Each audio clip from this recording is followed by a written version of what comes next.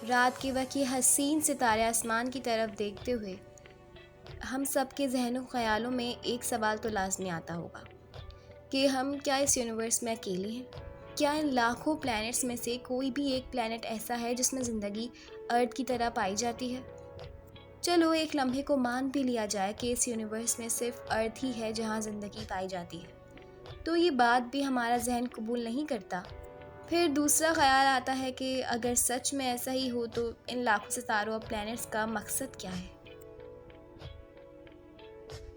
यही वो सवालात हैं जिनके जवाब जानने के लिए नासा के साइंटिस्ट मुसलसल कोशिश में हैं और अभी तक भरपूर डॉलर भी खर्च कर चुके हैं। स्पेस के अंदर मौजूद दूसरे प्लैनेट्स में ज़िंदगी पाई जाती है या नहीं, और अगर ज़िंदगी मौजूद है तो फिर वो दिखते कैसे हैं और क्या वो एलियंस हैं, और वो कैसे अपनी ज़िंदगी गुजारते हैं। ये जानने के लिए नासा ने सबसे पहले चाँद पर जाने का फ़ैसला किया, क्योंकि चाँद ही वो वाहिद सयारा है जो अर्थ के सबसे करीब है। 3,84,000 किलोमीटर दूर अर्थ की तरफ ये गोल चक्कर लगाने वाले चाँद की तरफ 1968 में पहली बार एक स्पेस क्राफ्ट भेजा गया, और इस स्पेस क्राफ्ट का नाम था अपोलो 8, और इसका मिशन था कि इसको चाँद का एक ऑर्बिट करके वापस आना है। अपोलो 8 में 3 एस्ट्रोनॉट्स भी मौजूद थे जिनको चाँद के करीब पहुंचने में पूरे 68 आवर्स लग गए। चाँद के गिर्द चक्कर लगाने के दौरान इनको कुछ अजीब तो नहीं दिखा, लेकिन ये तीनों एस्ट्रोनॉट्स वो पहले इंसान थे जिन्होंने पहली बार अर्थ राइज देखा था। यानी जैसे कि सनसेट और सनराइज होता है, बिल्कुल वैसे ही अर्थ राइज जो कि इन्होंने पहली बार देखा था। और इस हसीन नज़ारे की फ़ोटो भी पहली बार अपोलो 8 से ही ली गई थी। इस मिशन के अगले ही साल यानी जुलाई 1969 में नासा का स्पेसक्राफ्ट अपोलो 11 पहली बार चांद पर लैंड हुआ था। And yes, commander Neil Armstrong was the first one जिसने चांद पर पहली बार कदम रखा था।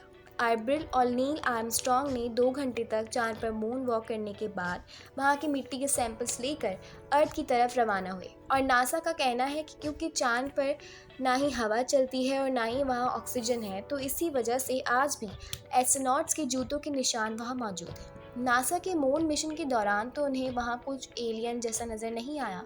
चांद के गिर्द घूमने वाली सैटेलाइट जो मुसलसल हमें चांद की तस्वीरें भेजती रहती है, उसमें काफ़ी कुछ अजीब देखा जा चुका है। एलियन रिसर्चर स्कॉट सी वेयरिंग का कहना है कि नासा की पब्लिश की जाने वाली फ़ोटोज़ में ऐसे कई स्पॉट्स देखे गए हैं जहां अंडरग्राउंड एलियंस के होने का खदशा है।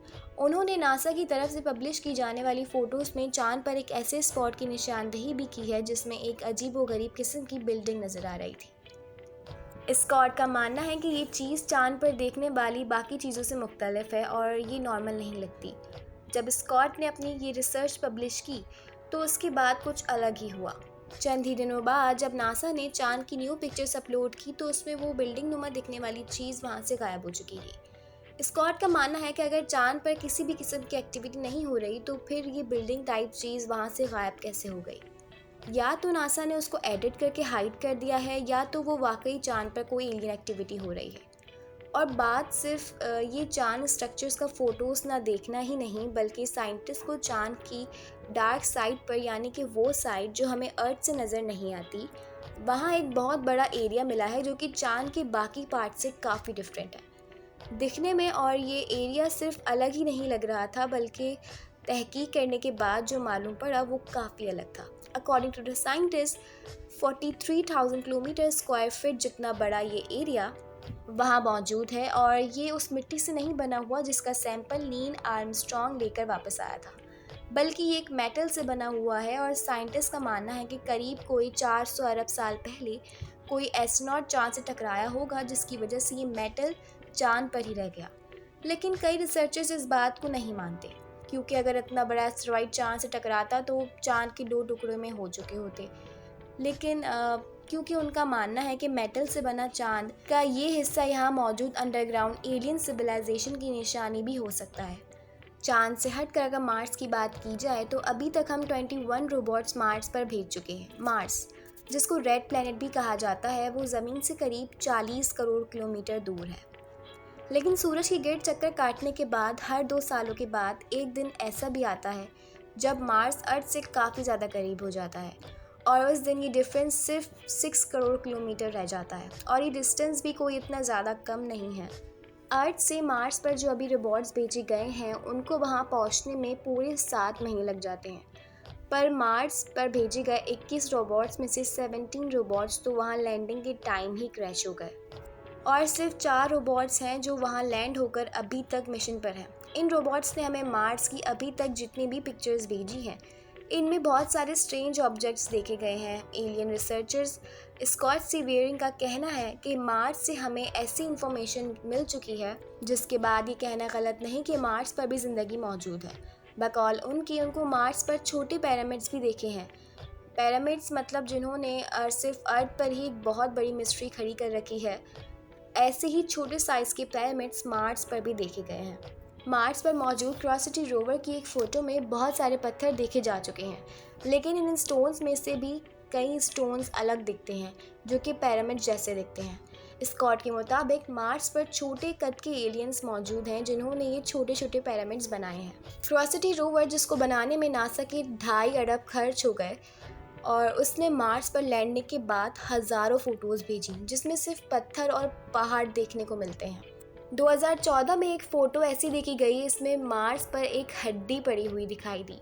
दिखने में ये हड्डी किसी छोटी हाइट की एलियन की लग रही थी जो कि वक्त के साथ साथ गल गई हो, बट नासा वालों का कहना है कि ये सिर्फ एक स्टोन है जो कि एक हड्डी की शेप में मौजूद है। चलो ये मान भी लेते हैं कि ये एक हड्डी नहीं एक स्टोन है, बट 2016 में मार्स से आई एक फ़ोटो जिसमें एक पूरी खोपड़ी भी देखी जा सकती है।